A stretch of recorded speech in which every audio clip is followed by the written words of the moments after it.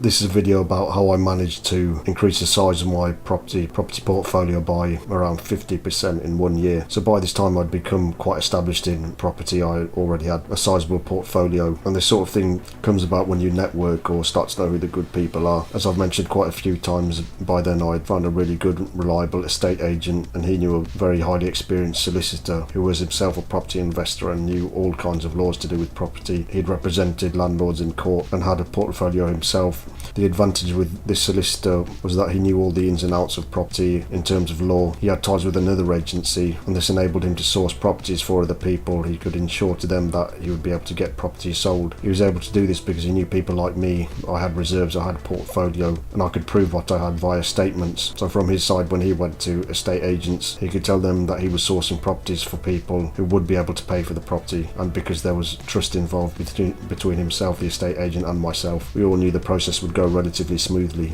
So the agency guy and the solicitor and myself formed quite a good power team in that they made money sourcing for me. I would buy the properties and the agency guy would manage my properties, tenant them, and look after all these kinds of aspects of the property management. A fourth party was also involved. In order to buy the properties, obviously you need a solicitor, and she was someone that they both knew and trusted for a long time. So when they were able to source me a property, instead of checking every single detail with me or seeing if I would be alright with it, they would go straight to the solicitor involved in the purchase. And because they had worked with her a number of times, she was very on board with their sort of mentality, approaches and procedures, and together between the three of them they could very efficiently and quickly source properties for me. The four of us had a meeting wherein the solicitor involved with the purchases would ensure that she would meet with the other two without me needing to be there in order to get everything done. And it was even in contract, such that if she were ever to assume anything were to go against my interest, then she'd have to inform me. Not that anything like that would happen, but it gives you that extra level of security. So this was the year 2022. My data science contracting market had been dead for 2 years and it had woken up by this time. I was earning again through my properties and via contracting. Again, the vast majority of what I was earning was going in savings, and so